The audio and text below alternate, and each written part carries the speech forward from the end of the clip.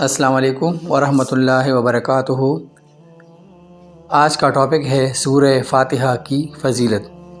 اس سورہ فاتحہ الحمدللہ کی بہت فضیلت ہے۔ اللہ تعالیٰ فرماتا ہے وَلَقَدْ آتَيْنَاكَ سَبْعًا مِّنَ الْمَثَانِي وَقُرْآنَ الْعَظِيمِ، سورہ ہجر میں ہے۔ اے نبی صلی اللہ علیہ وآلہ وسلم، ہم نے آپ کو سبع مثانی اور قرآن مجید دیا ہے۔ اس سبع مثانی سے مراد سورہ فاتحہ ہے۔ یہ تمام سورتوں سے بڑی ہے۔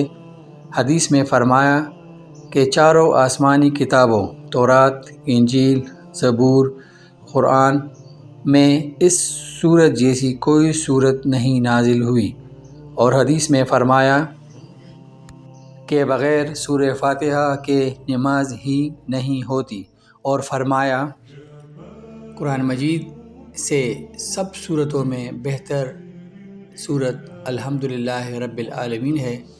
حضرت صاحب بن یزید رضی اللہ تعالی عنہ روایت کرتے ہیں کہ رسول اللہ صلی اللہ علیہ وآلہ وسلم نے مجھے سورہ فاتحہ پڑھ کر دم کر دیا۔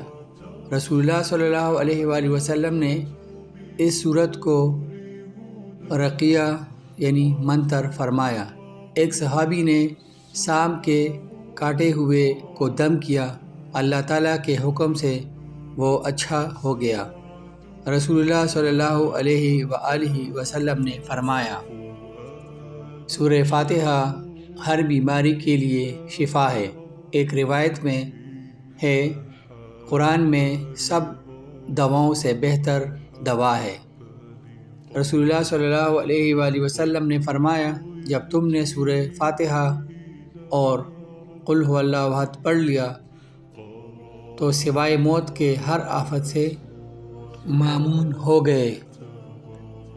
خاصیت سورہ فاتحہ کی خاصیت یہ ہے کہ ہر بیماری کے لیے باعث شفا ہے۔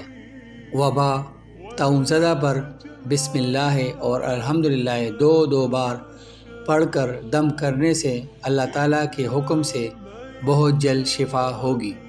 علامہ ابن عربی فرماتے ہیں کہ مغرب کے فرض اور سنت کے بعد اسی جگہ پر 40 مرتبہ پڑھے اور اس جگہ سے اٹھے نہیں تو اللہ تعالیٰ سے جو حاجت مانگے گا اسے پائے گا۔ اگر قیدی 121 بار پڑھ کر بیڑی پر 10 بار دم کرے تو اللہ تعالیٰ کے حکم سے رہا ہو جائے گا۔ اللہ تعالیٰ سے دعا ہے کہ وہ مجھے اور آپ کو